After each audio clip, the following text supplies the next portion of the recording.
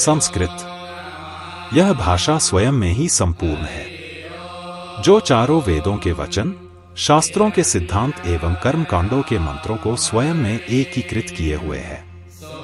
यह भाषा अन्य भाषाओं के समान व्यवहार प्रयोजनार्थ नहीं है। इसकी गरिमा समस्त सांसारिक भाषाओं को सृजित करने वाली है। ग्रंथकारों ने स्वयं के दिव्य अनुभवों से कहा, संस्कृत सर्व भाषायाम जन्य। यह संस्कृत विश्व की समस्त भाषाओं की जननी है। यह वह धरोहर है जिसके मूल्य, महिमा एवं दिव्यता की कोई गणना नहीं।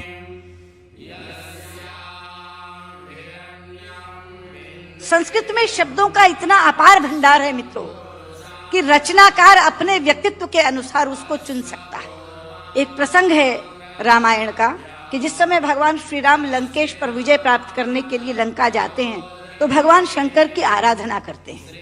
वो स्तुति जिसमें करते हैं वो रामचरितमानस में रुद्राष्टकम के नाम से समाविष्ट किया गया है। नमामि शमीशान निर्वाण रूपम विभुम व्यापकम ब्रह्म वेद स्वरूप निजम निर्गुणम निर्विकल्पम निरीहम चिदाकाशमाकाशवासम भजे। लेकिन उसी समय श्री राम पर विजय प्राप्त करने के लिए रावण ने भी आराधना की थी और उसने अपना स्तोत्र स्वयं रचा था। डमट डमट डमट डमन निनाद डमर वयम चकार चंड तांडवम तनो तुरे शिव धगत धगत धगत जवल ललाट पट्ट पावके किशोर चंद्रशेखरे रति प्रतिक्षण ममा। यहाँ बैठे किसी एक 5 वर्ष के बालक के साथ यदि मैं केवल ये 2 श्लोक रख दूं और ये कहूं कि बच्चा ये बताओ इसमें से कौन सा रावण ने रचा होगा और कौन सा राम ने पढ़ा होगा, तो बिना कुछ जाने वो कहेगा कि डमट डमट डमट डमन ये रावण का श्लोक होगा, क्योंकि शब्द उसके व्यक्तित्व से मेल खाते हैं। और नमामि शमीशान निर्वाण रूपम राम ने कहा होगा। यह है संस्कृत की वैज्ञानिकता। संस्कृत के एक रचनाकार हैं दंडी। उनका एक नाटक है 10 कुमार चरितम। इसमें 10 राजकुमारों की कथा है अलग अलग। उसमें एक कथा आती है राजकुमार विश्रुत की। प्रसंग है कि वो आखेट के लिए शिकार करने के लिए जंगल में जाता है। एक तीर आकर उनके होंठ पर लगता है और उनका निचला होंठ कट जाता है। मित्रों, इस प्रसंग के घटने के बाद कथा अनेक पन्नों में चलती है। कितने ही संवाद विश्रुत बोलता है, लेकिन दंडी ने पूरे संवादों में कहीं भी ओष्ठांग का प्रयोग विश्रुत से नहीं करवाया है। ओष्ठांग क्या है? पूरा अल्फाबेट हिंदी का जो पवर्ग है वो ओष्ठांग है। प, फ, ब, फ, म। दोनों होंठ मिलाकर बोले जा सकते हैं। अगर दोनों होंठ में से एक होंठ नहीं है तो आप प नहीं बोल सकते, ब नहीं बोल सकते, भ नहीं बोल सकते, म नहीं बोल सकते।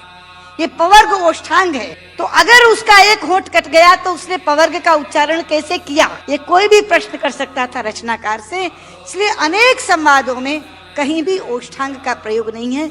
यह है संस्कृत की वैज्ञानिकता। संस्कृत जनभाषा रही है।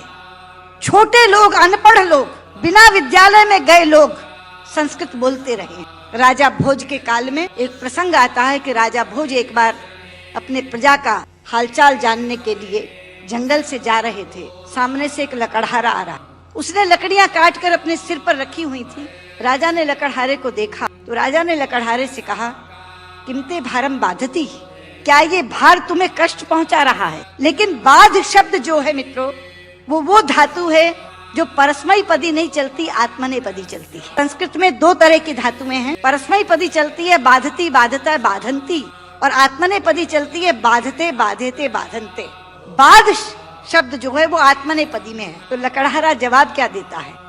भारम न बाधती राजन यथा बाधती बाधते, कि राजा मुझे ये भार कष्ट नहीं दे रहा जितना आपके मुंह से बोला हुआ बाधती शब्द कष्ट दे रहा है, क्योंकि बाधते शब्द का अशुद्ध उच्चारण आपने किया है। ये शब्द बाधते होना चाहिए। भारम न बाधती राजन यथा बाधती बाधते। तो कौन कहता ये जनभाषा नहीं रही?